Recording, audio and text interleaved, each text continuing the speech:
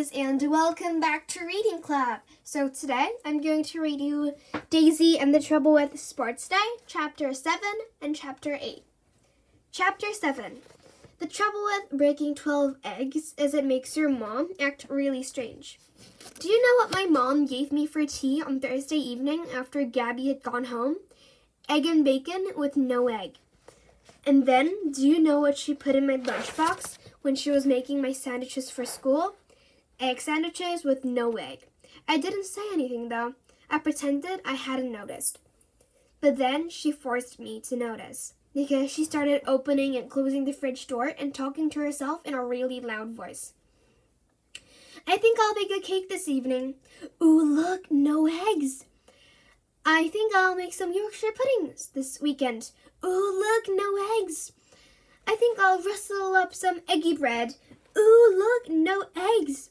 If you ask me, opening and closing a fridge door on purpose over and over again is a really bad thing to do, especially when it's a really hot evening, because all of the hot air from the summer could get into the fridge and make everything inside melt and go moldy. Which means if my mom hadn't stopped opening and closing the fridge door on purpose, we could have ended up with no butter, no jam, no lettuce, no tomatoes, no fruit juice, no yogurts, no ham, no jellies, and no Dairylia triangles either. Which would have been much worse than just having no eggs.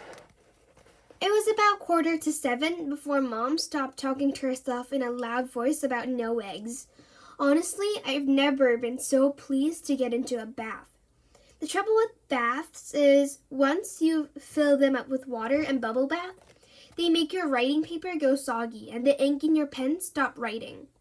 I had to take my pad and my pen into my bath because I'd had a brilliant idea while I was walking up the stairs. The trouble with brilliant ideas is you have to write them down straight away, especially if they're going to help you go for gold.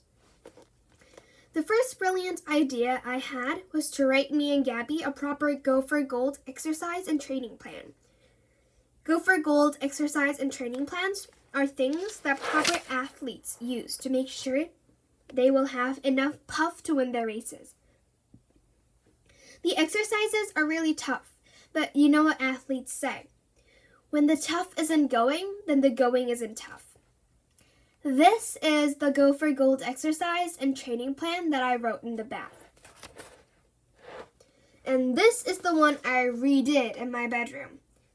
100 sit-ups, 100 press-ups, 100 running on the spots, 100 left arm waves, 100 right arm waves, 100 touching our toes, 47 star jumps, 100 60-meter sprint practices, 100 egg and spoon practices, and then do it all over again.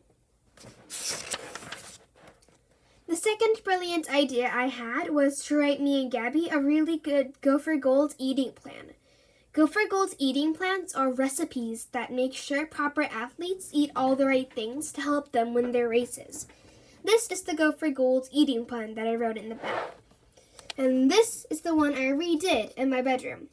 Lemonade, cheese and onion crisps, dry roasted peanuts, Twiglets, Mars bars, cheese strings.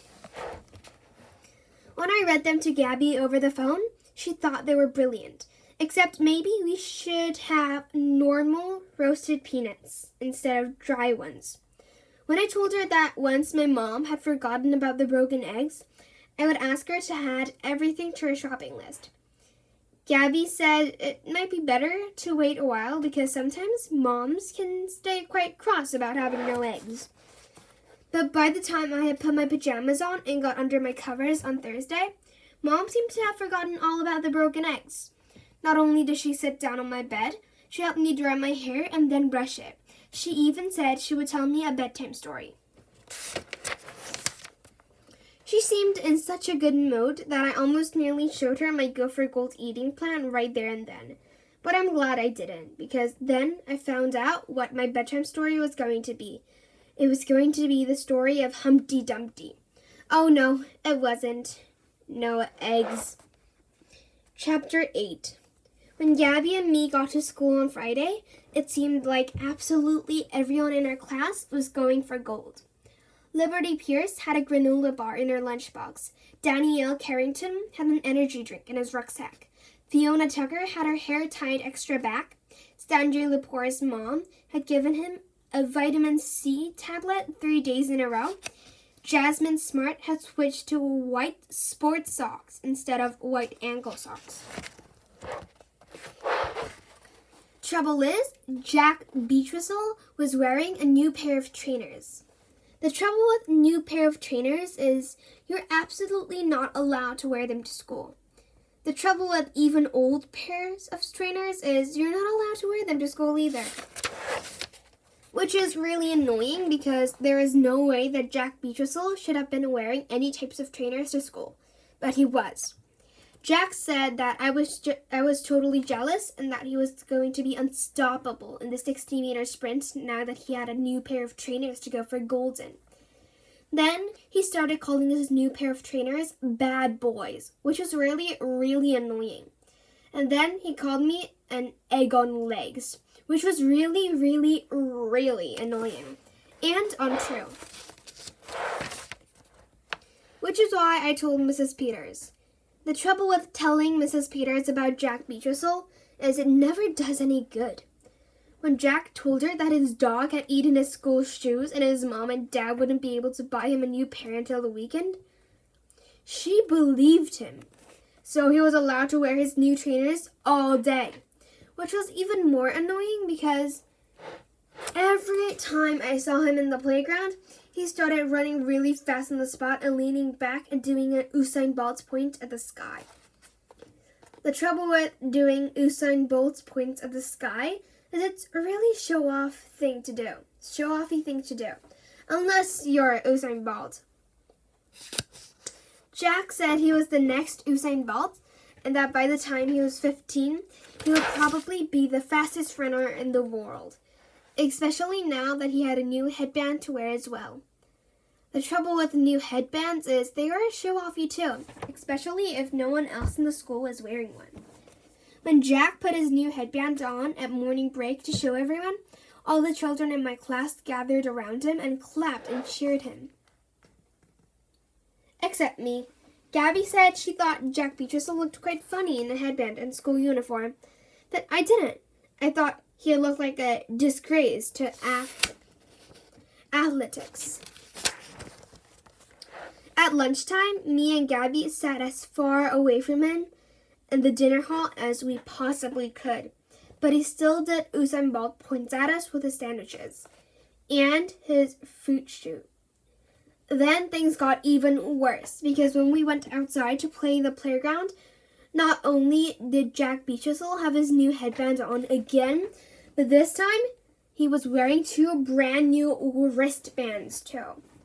Jack said that after he had won the 60-meter sprint on sports day, he was going to collect all the winning sweat from his headband and wristbands and have it made into a new sports perfume for men called Beachwhistle. And if we were lucky, he might let me and Gabby sniff it. I said I would rather sniff the stinkiest poo in the world than go near his new perfume. So he called me a poo lover. So I called him Usain Bolt. So he called me Egg Legs Meg. So I told the dinner ladies. The good thing about telling the dinner ladies about Jack Beachwhistle is they always do something about it because they like me more than him. When Jack told them that he was wearing a headband and wristbands for medical reasons and that his dog had eaten his note from the doctor, they didn't believe him. They didn't believe him so much they took his headband and wristbands off him and told him he couldn't have them back until the end of the day. Which served the back of his head, right? Because the next time he tried to do another Usain Bolt point at me in class, he leaned too far back and fell off his chair. Ha! So that's the end of this channel. I hope you enjoyed my readings of it. And if you did, please click many likes and subscribe, Reading Club. So I'll come back later with a new and improved channel. Bye, everybody!